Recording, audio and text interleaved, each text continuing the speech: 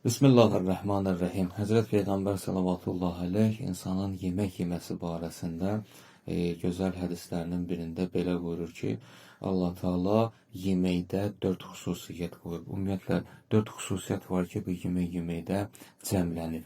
Belə olarsa daha gözəl olar, yaxşı olar, məqsədə uyğun olar və xeyirli olar, həmçinin də bərəkətli olar. Nədir o xüsusiyyətlər? Kana minəl halal. Birincisi budur ki, xüsusiyyəti sərdiyimiz süfrə, hazırladığımız yemək halaldan olsun.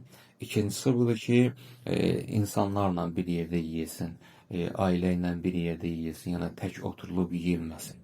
Üçüncüsü budur ki, yeməyə başlayanda Bismillahla, Allahın adının çəkilməsi ilə başlansın və dördüncüsü də budur ki, yemək tamamlanandan sonra Humidəllahu fi axiri, yeməyin sonunda Allaha həmd sənə olunsun, verdiyi nemətlərə görə şükür olunsun.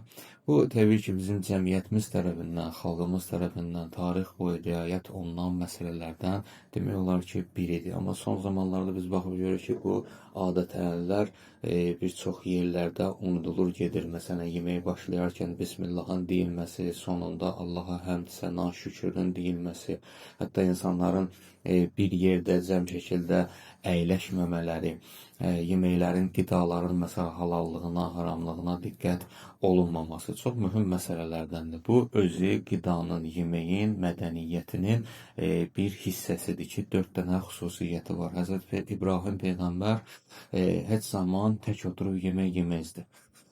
O bir gün hətta gəlir evində oturur, süfrəni açır, baxır, görür ki, heç kəs yoxdur, çıxır, gəzir, dolanır, bir nəfər tapır, görür ki, bir ustadır, işləyir, dəvət edir ki, günorta vaxtıdır, nahar vaxtıdır, mənimlə gəlib yemək yəsən, o da gəlir, əyləşir, İbrahim Peyğəmbər tikəni götürüb Bismillah deyərkən, həmin şəxs Bismillahsız çörək yeyir. Bu vaxtda biz İbrahim Peyğəmbər ondan soruşur ki, niyə görə Allahın adını çəkmədin, niyə görə Bismillah demədin? Həmin şəxs dedi ki, mən axı Allahı qəbul eləmirəm. Bu, İbrahim Peyğəmbərin xoşuna gəlmir. Ona görə deyir ona ki, sən ki, mənim Rəbbimi, aləmlərin Rəbbini qəbul eləmirsən, o zaman sənin ləyaqətin yoxdur ki, mənim süfrəmdə əyləşərsən. İbrahim Peyğəmbər qovur həmin şəxsi. Və qovandan sonra da vəhiy mələyi nazil olur, buyurur ki, İbrahimə, ay İbrahim, Allah Taala buyurur ki, mən neçə illərdir o bəndən məni tanımır. Amma mən bu yaşa qədər, bu gününə qədər heç vaxt olsun onun ruzisini kəsmədim, ona ac qoymadım. Amma bir gün, günün bir hissəsini, yəni günorta vaxtının ruzisini, yeməyini sənin öhdəvə qoydum İbrahim. Sən onu öz süfrəndən qovdun, kənar elədin. Tez İbrahim Peyğəmbər yerindən qalxır, gəlir, çatır həmin şəxsə və yalvarır, düşür ayaqlarına ki, ölmə ayağının altında, məsələn, öz dilimizdə desək, gəl mənim süfrəmdə otur, nə qədər istəyirsən ye, sənə güldən axır söz demərəm. Bu da narahat olur, belə təəccüb edir ki, yaxşı, məni biraz əvvəl evindən qovmuşdun, amma indi dəvət etsin, gəl süfrəmin kənarında otur. İbrahim Peyğəmbərdən səbəbini soruşanda İbrahim Peyğəmbər buyurur ki, Allah mənə belə dedi.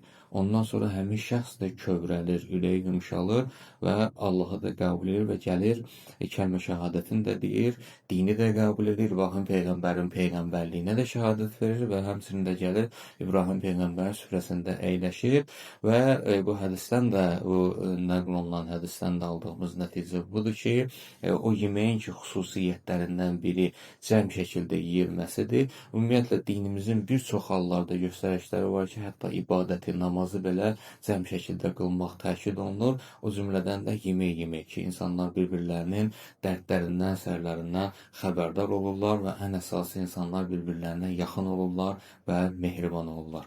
Bu mehribançılıq səbəblərindən də biri süfrədir, süfrə mədəniyyətidir.